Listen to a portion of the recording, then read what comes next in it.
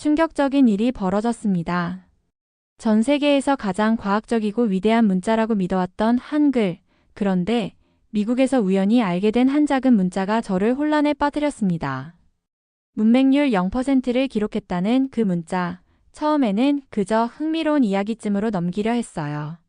하지만 점점 더 알게 될수록 이 문자가 가진 놀라운 힘에 저는 깊은 충격을 받을 수밖에 없었습니다.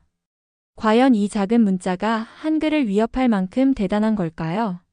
한글만이 최고의 문자라고 믿어왔던 제 생각은 과연 틀렸던 걸까요? 그 믿을 수 없는 이야기 지금부터 시작하겠습니다. 잠깐만요. 이야기 시작 전에 구독과 좋아요 꼭 부탁드려요. 여러분의 작은 클릭이 더 많은 사람들에게 한국의 놀라운 이야기를 전하는데 큰 힘이 됩니다. 자, 그럼 본격적으로 시작해 볼게요. 안녕하세요. 저는 미국 하버드 대학교 언어학과에서 25년째 학생들을 가르치고 있는 데이비드 밀러입니다. 저는 전 세계 문자 체계의 진화와 구조를 연구하는 일을 해왔어요. 수백 개에 달하는 언어와 문자를 직접 조사하고 분석하며 문자가 인간 사회에 미치는 영향에 대해 깊이 고민해왔습니다.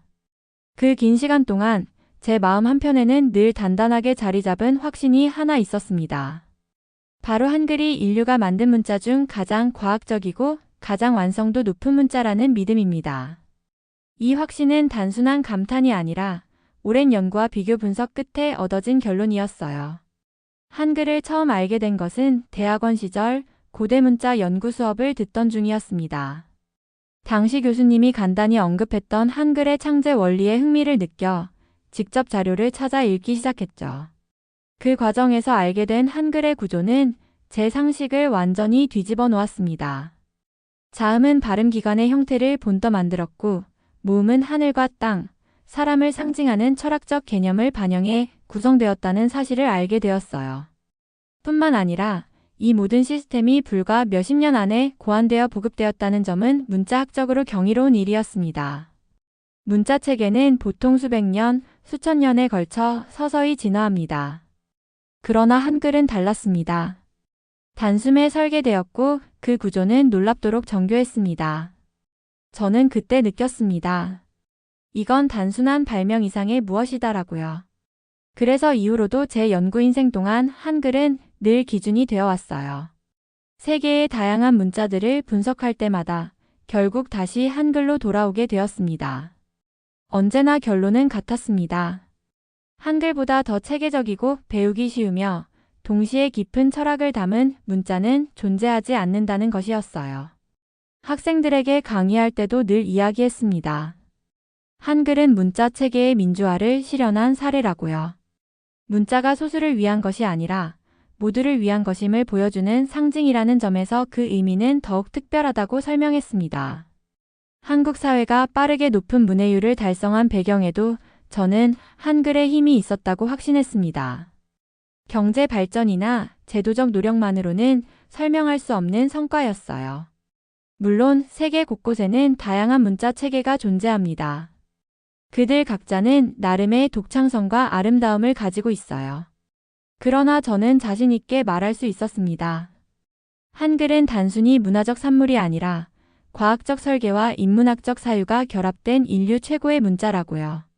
어느 학회에서 한 동료가 저에게 농담 섞인 질문을 던진 적이 있습니다. 혹시 아직 발견되지 않은 한글보다 뛰어난 문자가 있을 가능성은 없겠냐고요. 저는 웃으며 이렇게 답했습니다. 그럴 가능성은 열려 있지만 지금까지 연구한 바로는 그런 문자는 존재하지 않는다고요. 그만큼 저는 한글에 대해 확신하고 있었습니다. 어떤 새로운 문자 체계를 접하더라도 결국 한글이 가진 완성도를 넘을 수 없을 거라고 생각했어요. 하지만 세상에는 늘 예상치 못한 순간이 찾아오기 마련입니다. 굳건하던 믿음조차 흔들어버릴 만한 사건이 아주 우연히 제 앞에 다가오고 있었습니다. 그날은 평소처럼 평범한 하루였습니다. 오랜만에 주말을 맞아 도시 외곽에서 열리는 국제문화박람회를 찾게 되었어요. 이런 행사에 특별한 기대를 걸지는 않았지만 다양한 문화권의 문자를 소개하는 부스가 마련된다고 하여 흥미를 느꼈습니다. 평소 같았으면 조용히 부스를 둘러보고 돌아왔겠지만 그날은 이상하게도 작은 호기심이 마음을 끌었어요. 박람 회장은 사람들로 북적였고 각 나라를 대표하는 부스마다 특색 있는 전시물이 가득했습니다. 중동의 아라비아 문자, 인도의 데바나가리 문자, 동남아시아의 복잡한 음절 문자들까지. 그동안 연구해온 내용과 크게 다르지 않은 것들이라 익숙함을 느끼며 천천히 발걸음을 옮겼습니다. 그러다 어느 조용한 한켠에서 소박하게 꾸며진 작은 부스를 발견했습니다. 그 부스 앞에는 간결한 문구 하나가 적혀 있었어요. 문맹률 0%를 자랑하는 세계에서 가장 쉬운 문자. 순간 발걸음이 멈췄습니다. 문맹률 0%라니. 그 말이 사실이라면 문자체계 연구자로서 그냥 지나칠 수 없는 일이었어요. 처음에는 반신반의했습니다. 과연 그럴 수 있을까? 어떤 문자가 그렇게까지 완벽하게 대중화될 수 있다는 걸까? 한글조차도 여러 조건이 맞아떨어졌기에 가능한 일이었는데 말입니다. 부스 안쪽에는 간단한 설명 패널과 함께 낯선 문자들이 깔끔하게 전시되어 있었어요. 글자들은 놀랄 만큼 단순했고 처음 보는 사람도 규칙을 이해하는데 몇 분도 걸리지 않을 것 같았습니다. 문자 하나하나가 마치 직관적으로 다가오는 느낌이었어요. 읽고 따라 쓰는 것조차 어색하지 않을 정도로 자연스러웠습니다.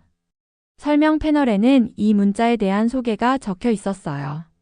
특정 민족 공동체를 위해 개발된 문자로 복잡한 음운 체계를 제거하고 단순한 음절 단위로 소리를 표기하는 방식이었죠. 게다가 문자 교육 프로그램이 체계적으로 마련되어 있어 어린 아이부터 노인까지 누구나 빠르게 습득할 수 있도록 설계되어 있다고 적혀 있었습니다. 순간 머릿속이 복잡해졌어요. 한글을 연구하며 확신했던 세상에 이보다 완벽한 문자는 없다는 믿음이 서서히 흔들리기 시작했습니다. 직접 부스에 앉아 연습지를 펼쳤습니다. 몇 개의 글자를 보고 곧바로 소리를 읽을 수 있었고 짧은 문장도 자연스럽게 써내려갈 수 있었어요. 문자를 처음 접한 순간부터 읽고 쓰는데 큰 무리가 없었던 경험은 처음이었습니다. 옆에 있던 행사 진행자에게 조심스럽게 물었습니다. 정말 이 문자로 문맹률 0%를 달성했나요? 그는 자부심 어린 미소를 지으며 고개를 끄덕였습니다. 그리고 간단한 통계 자료를 보여주었어요. 해당 공동체에서는 문자 도입 이후 5년 만에 전체 문해율이 99%를 넘겼다고 합니다. 생각보다 훨씬 충격적이었습니다. 한글이 세종대왕과 집현전 학자들의 천재성과 철학을 담아 만들어졌듯 이 작은 공동체도 자신들만의 필요에 의해 누구나 배울 수 있는 문자를 설계해낸 것입니다. 물론 이 문자가 한글처럼 깊은 철학과 상징 체계를 가지고 있는 것은 아니었습니다. 하지만 문자라는 도구 본연의 목적, 즉 소통을 가능하게 하고 지식을 나누는 수단이라는 점에서 이 문자도 충분히 경이로웠습니다. 마음 한켠이 묘하게 흔들렸어요. 오랜 세월 지켜온 확신이 처음으로 도전받는 느낌이었습니다. 분명히 단순한 호기심으로 시작했지만 제 안에는 이미 작은 균열이 생기기 시작했습니다. 그리고 저는 생각했습니다. 혹시 내가 너무 오랫동안 한 가지 기준에만 사로잡혀 있었던 것은 아닐까? 이 작은 발견은 이후 제 연구 인생 전체를 흔들어 놓을 엄청난 여정의 시작에 불과했습니다. 처음에는 단순한 호기심이었습니다. 조금 특이한 문자가 있다는 사실, 그리고 그 문자가 문맹률 0%를 자랑한다는 설명이 재미있게 느껴졌어요. 하지만 직접 글자를 읽고 써보고 주변의 사람들과 이야기를 나누면서 제 안의 감정은 점점 무거워졌습니다. 그곳에는 이 문자를 배운 지 6개월도 되지 않은 어린아이부터 노년층까지 다양한 연령대의 사람들이 있었습니다. 아이들은 활짝 웃으며 짧은 문장을 읽어내려갔고 노인들은 손끝이 떨리면서도 정확하게 단어를 써내려갔어요. 그 장면을 바라보는 순간 저는 깨달았습니다. 이건 단순한 문자가 아니었습니다. 한 공동체가 오랜 세월 간직해온 꿈을 현실로 만든 기적 같은 결과였어요. 행사 부스 한쪽에는 교육 프로그램의 결과를 보여주는 작은 전시물이 놓여 있었습니다. 사진과 짧은 설명이 붙어 있었는데 문자 보급 5년 만에 전체 문해율 99%를 달성했다는 통계가 적혀 있었어요. 그 수치를 보는 순간 저는 한동안 말을 잇지 못했습니다. 당연히 머릿속에서는 다양한 가설을 세워봤어요. 혹시 너무 단순화된 교육이 아니었을까? 혹시 통계 조작이나 과장이 있는 건 아닐까? 하지만 부스 관계자는 차분하게 자료를 보여주었습니다. 정부기관과 국제기구가 공동조사한 결과였고 수치에 대한 의심의 여지를 남기지 않을 만큼 명확했습니다. 순간 제가 지금까지 가지고 있던 믿음이 조금씩 흔들리기 시작했어요. 한글은 물론 위대했습니다. 하지만 세상 어딘가에는 다른 형태로 또 다른 위대함이 존재하고 있다는 사실을 받아들여야 했어요. 특히 마음을 무겁게 했던 것은 이 문자가 가진 단순함이었습니다. 모양은 단순하지만 구조는 철저히 계산되어 있었어요. 모든 글자는 발음 규칙에 맞춰 체계적으로 배열되어 있었고 규칙만 이해하면 누구나 곧바로 읽고 쓸 수 있도록 설계되어 있었습니다. 처음 문자를 배우는 사람들도 글자의 형상을 보자마자 직관적으로 소리를 떠올릴 수 있었습니다. 이것은 한글이 가진 특성과 매우 비슷했어요. 그러나 놀라웠던 것은 이들이 한글을 참고한 것이 아니라 자신들만의 필요와 문제의식에서 출발해 이 체계를 만들었다는 사실이었습니다. 누군가의 모방이 아니라 스스로의 필요로 완성한 문자. 이 점이 저를 가장 놀라게 했습니다. 이야기를 듣다 보니 이 공동체는 오랫동안 문맹률 문제로 고통받아왔다고 합니다. 기존에 사용하던 문자는 지나치게 복잡하고 배우는데 긴 시간이 걸렸어요. 그래서 어린아이와 노인, 교육을 받지 못한 성인 모두가 쉽게 익힐 수 있는 새로운 문자를 직접 만들어낸 것이었습니다. 그들의 결심은 대단했습니다. 단순히 읽고 쓰는 기술을 넘어 자신들의 삶을 변화시키기 위한 선택이었어요. 그 사실을 알게 된 순간 저는 마치 무언가의 정통으로 얻어맞은 듯한 기분이 들었습니다. 문자가 가져야 할 본질적 가치는 복잡함이나 우월성이 아니라 누구나 배울 수 있고 누구나 사용할 수 있는 것이라는 단순한 진리를 새삼 깨닫게 되었어요. 한글도 본래 그러한 목적을 가지고 창제된 문자였습니다. 백성을 위해 누구나 쉽게 배우고 쓸 수 있도록 만들었던 세종대왕의 뜻. 그 정신과 너무나 닮아 있었습니다. 그런데 저는 오랜 시간 동안 한글은 최고라는 결론만을 굳게 믿고 있었어요. 그 믿음이 틀렸다는 것이 아니라 세상 어딘가에도 같은 철학으로 탄생한 또 다른 경이로움이 존재할 수 있다는 가능성을 무시해왔다는 사실에 부끄러움을 느꼈습니다. 문맹률 0%. 말로만 들으면 별것 아닌 것처럼 느껴질지 모르지만 그 안에는 수많은 사람들의 삶을 바꾼 깊고 절실한 노력이 담겨 있었어요. 이 작은 문자는 저에게 많은 것을 다시 생각하게 만들었습니다. 그리고 저는 알게 되었습니다. 아직 세상에는 제가 제대로 보지 못한 위대한 이야기들이 숨어 있다는 것을요. 시간이 지날수록 저는 단순한 호기심을 넘어 깊은 혼란에 빠져들고 있었습니다. 처음에는 그저 흥미로운 현상이라고 생각했어요. 하지만 부스 안에서 들려오는 이야기를 하나둘 더 듣게 되면서 이 작은 공동체가 이룬 성취가 단순한 숫자 이상의 의미를 가진다는 사실을 깨닫게 됐습니다. 행사 관계자는 조용한 목소리로 설명을 이어갔습니다. 문자를 개발할 때 가장 중점을 둔 것은 누구나 배울 수 있어야 한다는 점이었다고 합니다. 교육을 받지 못한 어른도 글자를 처음 접하는 어린아이도 심지어 손끝이 굳은 노인까지도 쉽게 익힐 수 있어야 했어요. 그래서 복잡한 문법 체계는 모두 걷어내고 발음 규칙에 맞춰 일관성 있게 설계했습니다. 자음과 모음이 결합하는 구조도 가능한 한 단순화시켰어요. 이 덕분에 단 3가지 규칙만 배우면 누구나 대부분의 문장을 읽고 쓸 수 있었다고 합니다. 그 과정 자체가 놀라웠습니다. 이 공동체는 단순히 교육을 쉽게 하려고 한 것이 아니라 문자가 사회 전체를 끌어올리는 도구가 되어야 한다는 믿음으로 새로운 문자를 만들었다는 겁니다. 설명은 계속 이어졌습니다. 문자 도입 이전 이 공동체의 문해율은 30%도 되지 않았다고 합니다. 복잡한 전통 문자가 있었지만 어린아이들은 배우기 어려워했고 성인들은 포기하는 경우가 많았어요. 그러다 결국 자신들의 삶을 바꿀 수 있는 문자를 직접 만들어야겠다는 결심을 하게 된 것이었습니다. 그 이야기를 듣고 있자니 마음 한구석이 무겁게 눌렸습니다. 문자란 무엇인가? 그저 지식을 기록하는 기호의 집합인가? 아니면 세상을 바꾸는 열쇠인가? 지금까지 저는 문자를 학문적 대상, 연구와 분석의 대상으로만 바라봐왔던 것 같아요. 하지만 이곳 사람들은 문자를 삶 그 자체로 받아들이고 있었습니다. 문자 하나를 배우고 글자를 읽을 수 있게 된다는 것이 단순한 기술 습득이 아니라 자신의 존재를 세상에 드러내고 다른 이들과 소통하며 새로운 세상을 열어가는 출발점이었던 겁니다. 그리고 무엇보다도 충격적이었던 것은 이 문자가 도입된 이후 공동체 전체의 삶이 눈에 띄게 변했다는 사실이었어요. 문해율이 높아지면서 아이들은 더 많은 지식을 배우게 되었고 어른들은 정부 정책이나 건강 정보를 정확히 이해할 수 있게 되었습니다. 단순한 경제적 성장뿐 아니라 공동체 전체의 자존감과 문화 수준이 함께 끌어올려졌다고 합니다.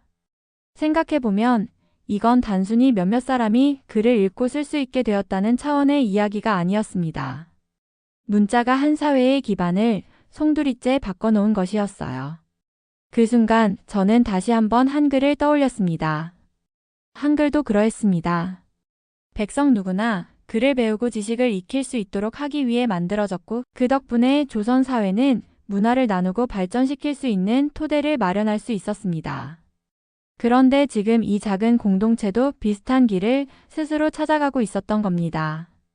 누구도 대신해주지 않았고 스스로 깨닫고 스스로 만들어낸 길이었어요. 마음 한쪽이 아릿했습니다. 너무도 닮아 있었거든요. 그리고 동시에 저는 깨달았습니다.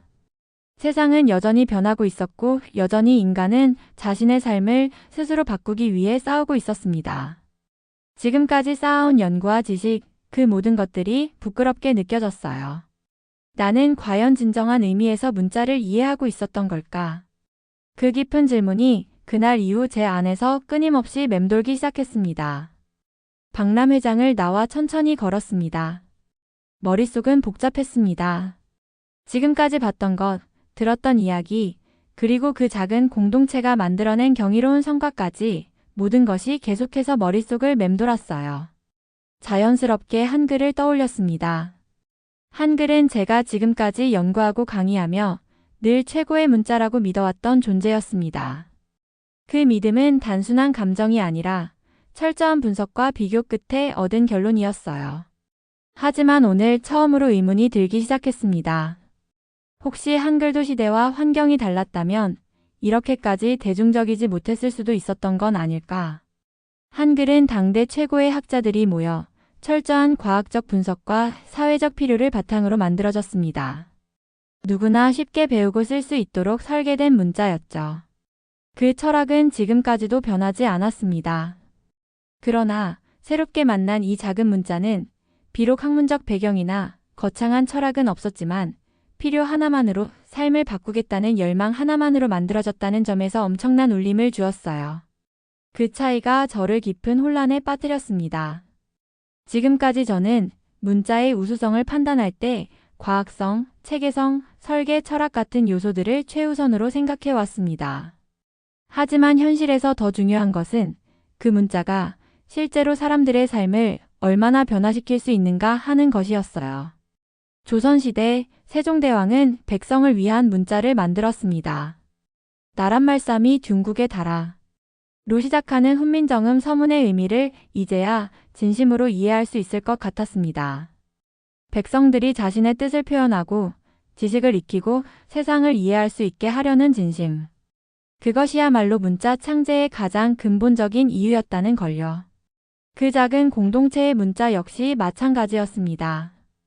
과학성이나 미학은 둘째치고 사람들을 문맹에서 해방시키고 삶을 변화시키겠다는 단순하지만 강력한 목표. 그 의지가 문자를 탄생시키고 사회를 변화시켰던 겁니다. 한동안 벤치에 앉아 조용히 생각했습니다. 한글과 이세 문자를 비교하는 것은 무의미했습니다. 태어난 시대도 문화도 규모도 다르니까요. 하지만 한 가지는 분명했습니다. 문자가 존재하는 이유는 사람을 위한 것이다. 이 단순한 진리를 저는 오랫동안 잊고 있었던 것 같아요. 한글을 연구하면서 저는 그 과학성과 철학에 매료되었지만 그보다 더 중요한 누구를 위해 만들어졌는가를 깊이 고민해 본 적은 없었던 것 같습니다. 머릿속에 수많은 생각이 떠올랐습니다. 그리고 가슴 한편이 먹먹해졌어요. 한글은 여전히 위대했습니다. 그렇지만 세상 어딘가에는 또 다른 방식으로, 또 다른 형태로 인간의 삶을 존중하고 변화시키는 문자들이 존재하고 있다는 사실을 인정해야 했어요. 이해한다는 것은 때로는 자신이 알고 있던 세계를 내려놓는 일이기도 합니다. 그날 저는 제 연구 인생에서 처음으로 진심으로 무언가를 내려놓을 준비를 하고 있었습니다. 박람회를 다녀온 뒤 저는 며칠 동안 깊은 생각에 잠겨 있었습니다. 연구실 책상 위에는 오랫동안 함께해온 한글 관련 논문들과 자료들이 가득 쌓여 있었어요. 그 모든 문서들을 바라보며 나는 다시 질문을 던졌습니다. 내가 한글을 진정으로 이해하고 있었던 걸까? 처음 한글을 접했을 때 느꼈던 감동은 여전히 생생합니다. 발음 기관을 본뜬 자음 설계, 철학적 의미를 담은 모음 배열, 과학적 구조와 인간 중심의 사고. 그 모든 요소들이 놀랍고 존경스러웠어요. 하지만 그것만으로 한글을 다 설명할 수 있었던 걸까요? 제가 박람회에서 만났던 작은 공동체의 문자는 단순했습니다. 그러나 그 단순함 안에는 사람을 향한 진심이 담겨 있었어요. 그리고 그 진심이 사람들의 삶을 바꿔놓았습니다. 한글도 마찬가지였습니다. 세종대왕이 훈민정음을 창제할 때 가장 중요하게 생각했던 것은 결코 학문적 완성도가 아니었어요. 백성이 말을 가지고 있으면서도 글자가 없어 자신의 뜻을 펴지 못하는 것을 안타까워했기 때문입니다. 그래서 누구나 쉽게 배우고 누구나 자유롭게 쓸 수 있도록 문자를 만들었던 것입니다. 그 본질을 저는 어쩌면 잊고 있었는지도 모릅니다. 오랜 시간 동안 학문적 관점으로만 한글을 분석하고 구조와 체계에만 집중해 왔으니까요. 하지만 이제는 분명히 알 수 있습니다.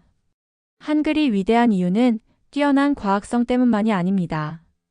누구를 위해 만들어졌는가, 그리고 어떻게 사람들의 삶을 변화시켰는가, 그 진심이 있었기에 한글은 위대한 것이었습니다. 그리고 박람회에서 만난 그 작은 문자도 그 뿌리 깊은 진심을 품고 있었기에 경이로웠던 거예요.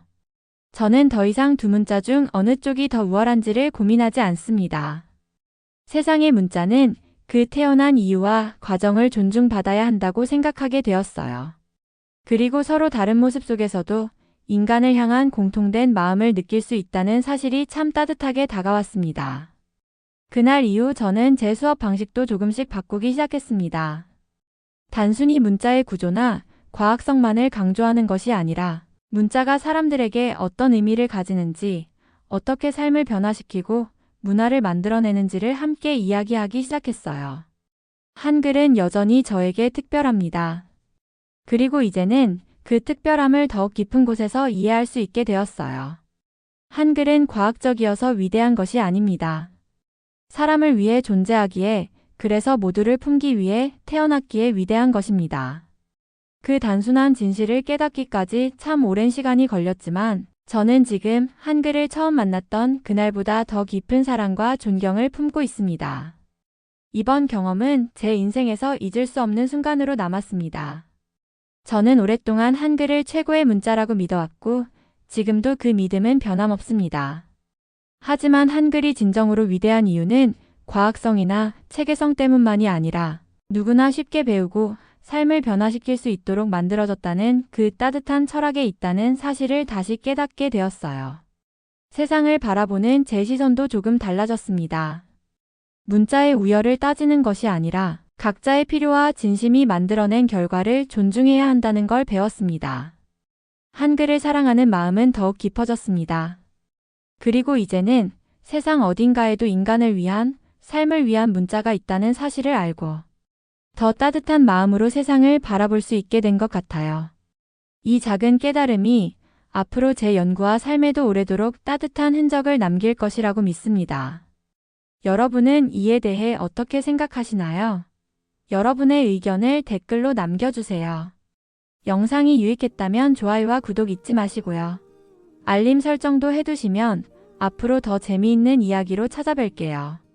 오늘 하루도 행복하시고 다음 영상에서 만나요.